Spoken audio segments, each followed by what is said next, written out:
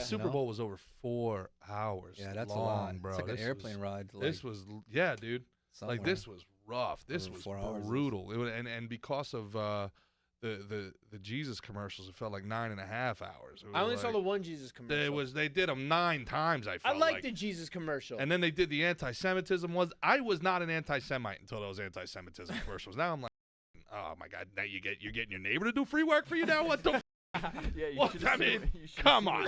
G sent me earlier. We won't play that. I don't.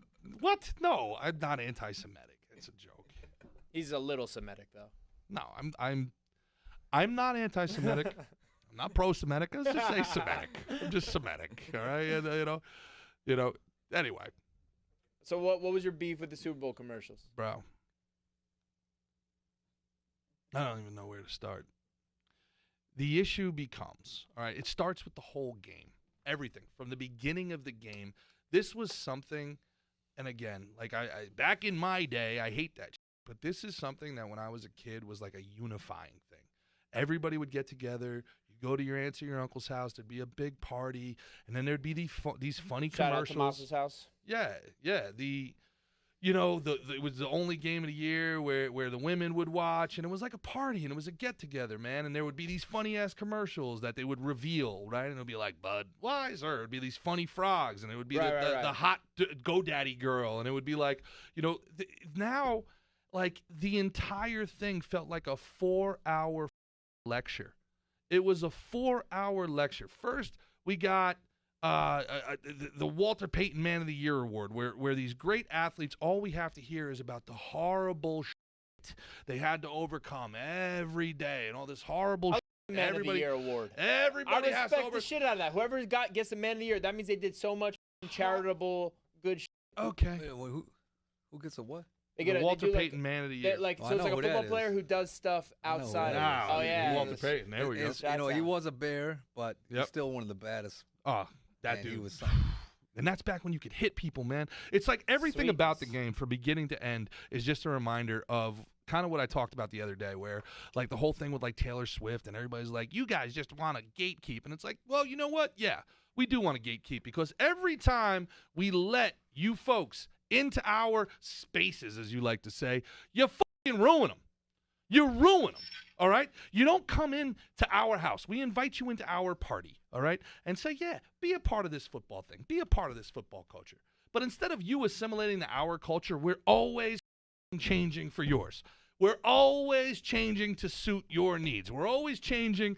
No, we're going to get rid of the hitting in football. It's too violent. We need a longer halftime. Look at how they're dancing. Look at all the roller skates. It's 45 minutes of a concert, R&B. That's what football is about. No, the whole first half, nobody could get a rhythm going because these motherfuckers spent an hour. They did 6 national anthems. 6 national anthems. We did. All of a sudden, we got a black national anthem. We got a non-binary national anthem. They're doing the fucking. There's not. Have you ever met a deaf guy? I've met like one deaf guy in my life. Who's watching the NFL if you're deaf? There's better shit for you to do with your time. I just don't understand. Like what? I mean, you're watching. You're using your eyes. Well, they're deaf, right? So they're here, right? And it's like, there's better shit to do. It's better shit to do. Like, it drives me out of my. Dude, and that's why I didn't watch it. It drives me out of my mind, Jason. And I sit here and I get accused of being a racist and all this other shit. He watched the game and he's still upset about it. I'm upset. I didn't watch the game. I had a great week so far. I've been upset for 48 hours, and it's honestly getting to that point where I'm like, I don't know if I can watch the game again. Can you imagine if I watched the Grammys or the Oscars? The constant, every commercial. I don't watch TV with commercials anymore. Every commercial. One out of every 10 I don't even know how to watch TV anymore. The 1 out of every 10 that even have a white guy in them, the white guy is always a fucking putz. He's always the He's always the clown. If he's in it, he's gay or he's that's it. And I'm sitting here going, my God, I'm never buying Dunkin' Donuts ever again. Like, well, you just spent $7 million on a commercial. Whoa. I hate Jesus the one now. with like you're talking about the one with Ben Affleck and Matt Damon and Tom Brady. Yep, absolutely. Why do you? And hate it's everybody's favorite one. I kind of liked it. Why do you hate it? I'll tell you. I was like, oh look, there's Tom Brady playing the drums. In a vacuum, it's fine and it's funny. Why is he playing the drums at a donut shop? It's not a donut shop. It was with Jennifer Lopez and someone else. They were like recording. Fat Joe. a video. Yeah. So they go into Fat the Joe was there? they go into the recording studio. Was he eating donuts? Star power. It was not. That's I another actually, thing. I actually saw Fat Joe painting something in Miami in the spot I was at when you were watching the Super Bowl. Pretty I was watching sure that. Fat Joe was selling narcotics. I don't think Pat Joe paints. Does Oh, Fat yeah, Joe yeah. paint? Yeah, you're right. Pat Joe.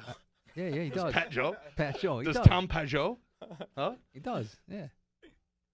Can you imagine getting your ass whooped by Jason Stroud and then like he just leaves the octagon and goes and like hangs out with the people outside the stadium like panhandling? You're like, what the fuck just happened? Vegas. He's playing What a just flute happened? with the guys. What yeah. just happened? Me and my boys are jamming. What just happened? There's some interesting people in Vegas. Let me tell you. Oh, you don't okay, you don't If you gotta tell walk me. I like to go walk the tracks when I'm there. Who doesn't? I mean, it's like nothing. I mean, it kind of just puts things in perspective. You're like, sure it does. oh man, you're like, Because that's what people go to Vegas for, perspective. That's why I go to Vegas. I'm just saying, there's a lot of interesting things out there. But maybe if you go take a walk insteid of watching the Super Bowl. What is I this, don't a know. fucking fat joke? No, I mean, it could go that way. I don't know. Hey, I'm not got a sword, so. Yeah, maybe luck there's a piercing lot of him there's a lot of deep interesting enough. shit out there if you do cardio. Yeah, Or not. I mean, you don't have to do Bro, it cardio. just- It's not like just- saying you have to run through the neighborhood. No, we'll Just- get you a moped. just get one of the Immediately breaks. Get, I one, mean, get one of those Walmart scooters through the That's what neighborhood. I didn't know what to call Wow. that. Yeah. Look at the glory of nature. I mean, Oh, I just- wow. But from the time you watch this game with all this depressing things, like I saw a lot of interesting things on Sunday. Bro, I'm right there with you. It just get on the tri-rail, man. yeah, but That's- you know what though? Ignoring reality doesn't change reality, Jason. Like, it's this idea of these politics and government are always downwind of culture, right? And what we see and what we allow. So like the idea of it, there was a very, very, very clear theme to the entire Super Bowl. And I will admit, I've been in entertainment for a long time. I cut my teeth in entertainment in commercials. So I know that every single inch of every single set is planned. Sure. There's no messaging whatsoever that is not highly considered and tested. Okay? Yeah, you're watching it right now. Everything, right? This is a script. So I gave Jason a script before. He's never actually met a If homeless you guy. if He you thinks they're gave me, gross. you think I can remember a script? yeah. But this is also why I think podcasts are becoming so ridiculously popular, is because this is the only place where you can get real, authentic, unscripted conversation anymore. We don't have there's no agenda here. We don't have any agenda through this conversation. We want to get to know you. We want to bullshit about our day. We're not looking to push anything down anybody's throat. There's no worldview we're looking So to what sell did you There's feel no was the overlord. message that was being pushed at the Super Bowl? It's very, very clear that the message was women are smart, men are stupid.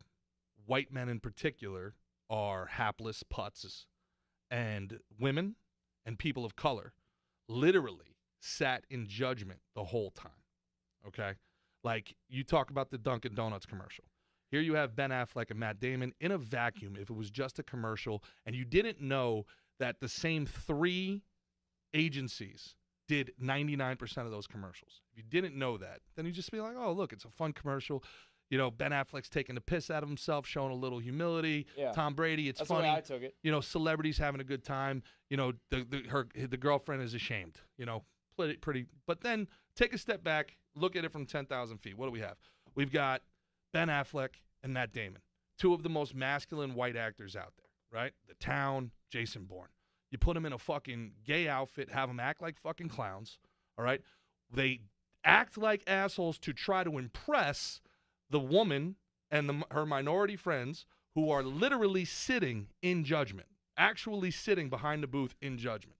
And they're like, I told you not to do this. Man, okay, you needed their permission.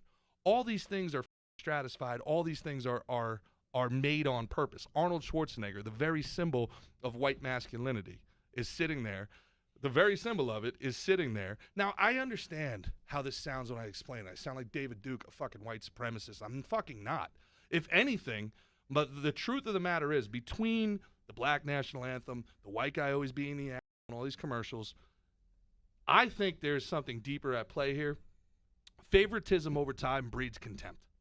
There's nobody that watches this and watches this favoritism and watches somebody else get something over and over and over, sees this shit, all right, sees their heroes act like assholes, and then looks at the fucking news and sees that Chicago gave $18 million of fucking relief to non-white businesses, so I guess the white businesses go fuck themselves, right? And you sit there and you look at what's happening in New York, $53 million to illegal immigrants, people that grew up there their whole life. Go fuck yourself. Pay your $3,000 fucking rent and shut up about it. And you sit here and you look at all this shit, and there's just no way it doesn't breed contempt. There's just no way. Isn't it so division to have us worrying about, you know, like they act like people are more racist now than they were. Like, That's I feel like what I believe. And more so, like, by bringing this shit up, people were like, oh, shit, I didn't know you were racist. I'm fucking not. But this is the reality of the situation. Like, let me tell you the last thing, and then we'll get off of it. That Jesus commercial where the white people are everyone's washing the feet. The white people wash the feet of the black trans person. Wash the feet of the homeless person. Wash the feet of the person outside the abortion clinic. Now, everybody sees that, and now everybody on the right or whoever, white guys, are getting angry because they're like, why does the white guy got to be on the knees? You're not seeing it correctly. You have to think of how racist these fucking lefties are, that they think they're better than these people. That's why they think it's important for them to humble themselves and get on their knees. Look at how I'm humbling myself before the trans. Look at how I'm humbling myself like Jason does before the talking blacks. to the homeless. Precisely. I'm better than you, so let me talk to you. Exactly. So Stroud just wants to be in the club. But do you understand what I'm saying? There's a subliminal, like, savior complex. And there's a subliminal fucking real, like, the bigotry of low expectations. Like, oh, you're a black guy. You need my help. You need my help. No, they don't. These are men. They can handle their own business. They're fine.